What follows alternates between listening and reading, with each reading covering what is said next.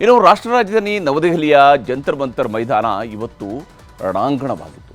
Neat ಪರೀಕ್ಷೆ ಅಕ್ರಮ ವಿರೋಧಿಸಿ ಕಾಕ್ರೋಚ್ ಜನತಾ ಪಾರ್ಟಿ ಕರೆ ಕೊಟ್ಟಿದ್ದಂತಹ ಸಂಸತ್ ಚಲೋ ಹೋರಾಟಕ್ಕೆ ಸಾವಿರಾರು ಸಂಖ್ಯೆಯಲ್ಲಿ ಜನ ಅಲ್ಲಿ ಸೇರಿದರು. ಆದರೆ ಹೋರಾಟದ ಜಾಗ ರಣರಂಗವಾಗಿ ಬದಲಾಯಿತು. ಲಾಠಿ ಚಾರ್ಜ್, ಕಲ್ಲು ತೂರಾಟಗಳು ಕೂಡ ಅಲ್ಲಿ ನಡೆದಿದ್ದಾವೆ. ಜಂತರ್ ಮಂತರ್ನಿಂದ ಸಂಸತ್ ಭವನಕ್ಕೆ ಮುತ್ತಿಗೆ ಹಾಕೋದಕ್ಕೆ ವಿದ್ಯಾರ್ಥಿಗಳ ಗುಂಪು ಸಜ್ಜಾಗಿತ್ತು. ಸಿಜೆಪಿ ಕಾರ್ಯಕರ್ತರು ಅಲ್ಲಿಗೆ ಹೊರಟಿದ್ರು. ಆದರೆ ಜಂತರ್ ಮಂತರ್ ಮೈದಾನದ ಸುತ್ತಲೂ ಕೂಡ ದೆಹಲಿ ಪೊಲೀಸರು ಭದ್ರಕೋಟೆಯನ್ನು ಹಾಕಿದರು. ಇದರಿಂದಾಗಿ ಸಿಟ್ಟಿಗೆದ್ದ ಸಿಜೆಪಿ ಕಾರ್ಯಕರ್ತರು ಕಾಂಪೌಂಡ್ ಹಾರೋದಕ್ಕೆ ಹೋಗಿ ಗಾಯ ಮಾಡಿಕೊಂಡ್ರು.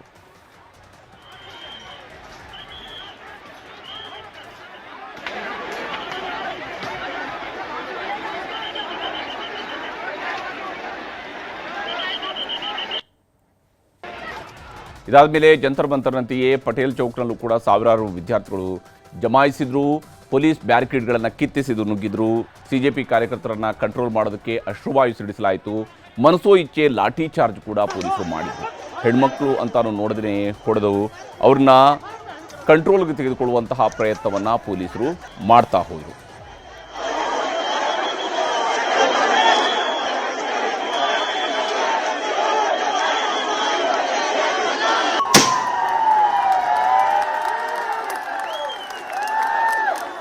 ಇನ್ನು ಲಾಠಿ ಚಾರ್ಜ್, ಅಶ್ರುವಾಯು ಸಿಡಿಸಿದ್ರು. ಪ್ರತಿಭಟನೆ ಜೋರಾಗ್ತಾರೆ ಹೋಯಿತು. ಜಂತರ್ ಮಂತರ್, ಪಟೇಲ್ ಚೌಕ್ ಸೇರಿದಂತೆ ಬೀದಿಗಳಲ್ಲಿ ಸೇರಿದಂತಹ ಸಿಜೆಪಿ ಕಾರ್ಯಕರ್ತರು ಸಂಸತ್ ಭವನಕ್ಕೆ ಮುತ್ತಿಗೆ ಹಾಕೋದಕ್ಕೆ ಪ್ರಯತ್ನಿಸಿದ್ರು. ಆಗ ದೆಹಲಿಯ ಪೊಲೀಸರು, ಅರಸೇನಾ ಪಡೆ ಅಸಲಿ ಬಲಪ್ರಯೋಗವನ್ನು ತೋರಿಸಬೇಕಾಯಿತು. ಸಂಸತ್ ಭವನಕ್ಕೆ ಮುತ್ತಿಗೆ ಹಾಕೋದಕ್ಕೆ ಮುನ್ನಗ್ಗಿದವರ ವ್ಯಕ್ತಿಗಳನ್ನು ಬಲವಂತವಾಗಿ ಬಸ್ಗೆ ತುಂಬಿ ವಶಕ್ಕೆ ಪಡ್ಕೊಳ್ಳಲಾಯಿತು.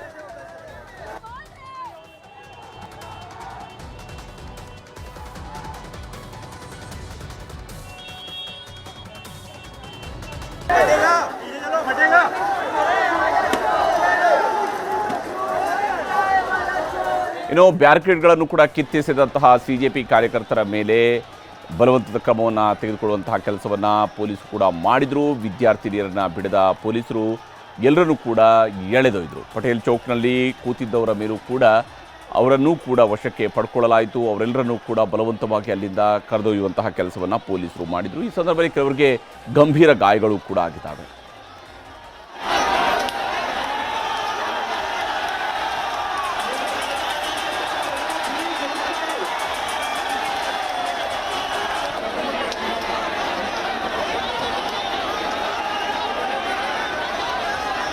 पुलिस ने लाठीचार्ज किया, जिसके बाद से भीड़ जो है एक साथ भागना शुरू हुई. भगदड़ जैसी माहौल जैसी स्थिति बनी और एक पर एक लोग चढ़ते हुए भी नजर आए, जिसके बाद से पत्थरबाजी भी शुरू हुई है. कुछ लोग यहाँ पे पत्थर भी फेंकते हुए नजर आए. सबसे पहले पुलिस ने लाठीचार्ज किया. पुलिस बिना ये देखे कौन क्या लाठीचार्ज कर रही थी, हम लोग को बार बार चीखना पड़ा है कि हम मीडिया से हैं. ಇನ್ನು ಇಷ್ಟೆಲ್ಲ ಪ್ರತಿಭಟನೆ ಹೋರಾಟ ನಡೆಯೋದಕ್ಕೆ ಕಾರಣ ಆಗಿರುವಂಥದ್ದು ನೀಟ್ ಪ್ರಶ್ನೆ ಪತ್ರಿಕೆಗಳ ಸೋರಿಕೆ. ನೀಟ್ ಪ್ರಶ್ನೆ ಪತ್ರಿಕೆ ಸೋರಿಕೆ ಹೊಣೆ ಹೊತ್ಕೊಂಡು ಧರ್ಮೇಂದ್ರ ಪ್ರಧಾನ್ ಅವರು ರಾಜೀನಾಮೆ ತಗೋಬೇಕು ಅನ್ನುವಂಥದ್ದು ಇವರ ಪ್ರಮುಖ ಬೇಡಿಕೆಯಾಗಿತ್ತು. ಆದರೆ ರಾಜೀನಾಮೆ ಪಡೆಯದೆ ಲಾಠಿ ಚಾರ್ಜ್ ನಡೆಸಿದ್ದಕ್ಕೆ ಕೇಂದ್ರ ಸರ್ಕಾರದ ವಿರುದ್ಧ ಪ್ರತಿಪಕ್ಷಗಳ ಸಂಸದರು ವಾಗ್ದಾಳಿ ನಡೆಸಿದರು. ಇವತ್ತಿನ ಘಟನೆಯನ್ನ ಕರಾಳ ದಿನ ಅಂತ ಪ್ರತಿಪಕ್ಷದವರು ಕರೆದಿದ್ದಾರೆ. सब कह रहे हैं डिस्कस करो, एजुकेशन पॉलिसी में प्रॉब्लम्स हैं, बड़े बड़े इश्यूज हैं, आप डिस्कस करने के लिए राजी नहीं है और बच्चों पे आप टीयर गैस कर रहे हो और उनकी पिटाई कर रहे हो. किस लिए? बच्चे हमारे. ಇನ್ನು ಜಂತರ್ ಮಂತರ್ನ ವಿದ್ಯಾರ್ಥಿಗಳ ಹೋರಾಟಕ್ಕೆ ಸೋನಂ ವಾಂಗ್ಚುಕ್ ಬೆಂಬಲ ಕೊಟ್ಟಿದ್ರು. 21 ದಿನಗಳಿಂದ ಉಪವಾಸವನ್ನು ಕೂಡ ಮಾಡಿದರು. ಆದರೆ ಅನಾರೋಗ್ಯದ ಕಾರಣ ಹೇಳಿ ದೆಹಲಿ ಪೊಲೀಸರು ಆಸ್ಪತ್ರೆಗೆ ವಾಂಗ್ಚುಕ್ ಅವರನ್ನು ಬಲವಂತವಾಗಿ ಶಿಫ್ಟ್ ಮಾಡಿದರು. ಆದರೆ ಆಸ್ಪತ್ರೆಯಲ್ಲೇ ಸಂಸತ್ ಚಲೋಕ್ಕೆ ಸೋನಂ ವಾಂಗ್ಚುಕ್ ಕರೆ ಕೊಟ್ಟಿದ್ರು. ಹೀಗಾಗಿ ಇವತ್ತಿನ ಹೋರಾಟಕ್ಕೆ ಸಮಾಜವಾದಿ ಪಕ್ಷ, ಆಮ್ ಆದ್ಮಿ ಪಕ್ಷ ಹಾಗೆಯೇ ನಟ ಪ್ರಕಾಶ್ ರಾಜ್ ಸೇರಿದಂತೆ ಹಲವರು ಬೆಂಬಲ ಕೊಟ್ಟಿದ್ದರು.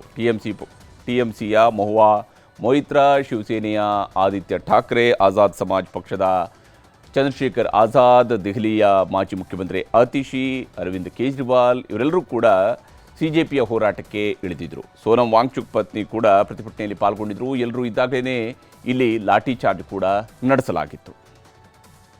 ये बहुत ही अनफॉर्चुनेट है कि हम इस सिचुएशन पे आ गए इस देश में कि हर एक बात को दबाया जाता है और किसी को भी अपना मुद्दा उठाने के लिए दबाया जाता है और अननेसेसरीली एक ऐसा मुद्दा बनाया जाता है.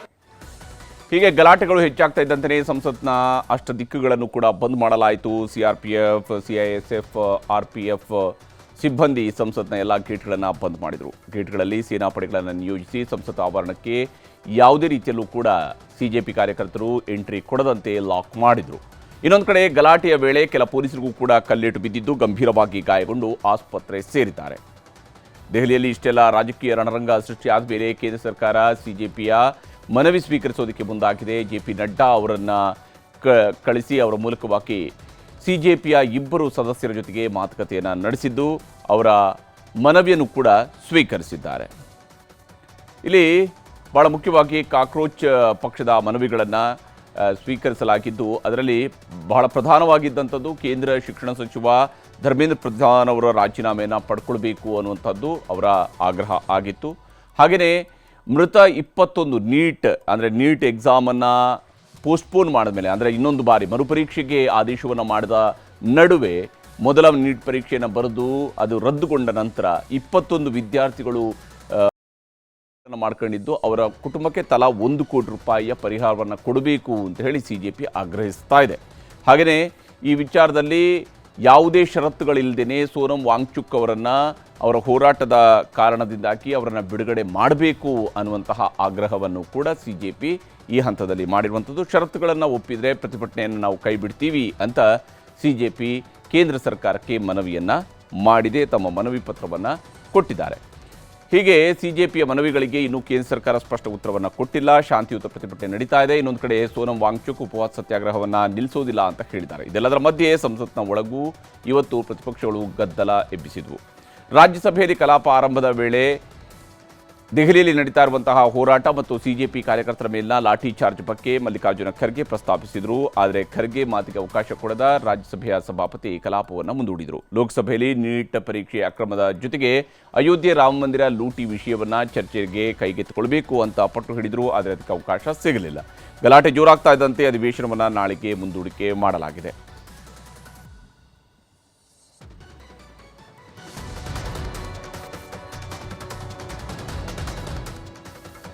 Paper leak and NEET examination घोटाला and नो चंदा चोरी तो है ही है, सब उसके समर्थक उधर बैठे हैं. लेकिन सर ये स्टूडेंट का मामला है, जो लाखों बच्चों की जो भविष्य है उनके भविष्य के बारे में मैं बात कर रहा हूं. और उसके लिए आज यहाँ जंतर मंतर पे हजारों बच्चे वहां पर आए हैं, वहां लाठी चार्ज हो गया है, गवर्नमेंट मारने की कोशिश कर रही है.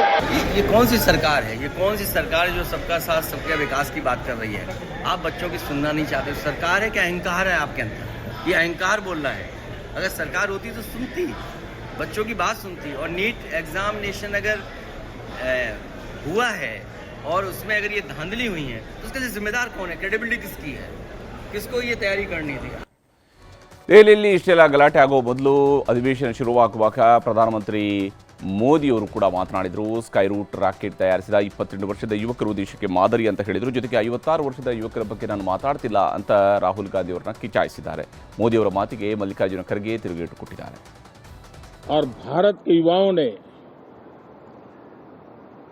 अंतरिक्ष में नई उड़ान भरी है, बहुत बड़ी सफलता है. और ये जो स्काई रूट स्टार्टअप है उसमें जो नौजवान काम कर रहे हैं, मुझे बताया गया उनकी पूरी टीम की जो एवरेज एज है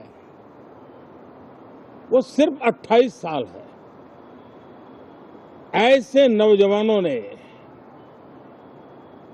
ये काम करके दिखाया है.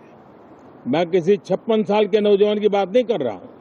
उनका काम यही है, मोदी जी का, दूसरों को टॉन्ट मारना, दूसरों को कुछ कहना. अरे पहले तुम अपनी प्रामाणिकता लोगों को दिखाओ. तुम्हारी 56 इंच की छाती किधर गई? तुम जो आज दूसरों को क्रिटिसाइज करते हो, तुम आपने क्या किया देश के लिए, ये मैं पूछता हूँ. इधर तो अपने भक्तों को ट्रस्ट बना के चोरी करने के लिए उनको कहा, और आपके भक्त पूरे चोरी कर रहे हैं और आपने कानून बनाया और राम मंदिर के लिए ट्रस्ट के लिए आप ही ने बनाया।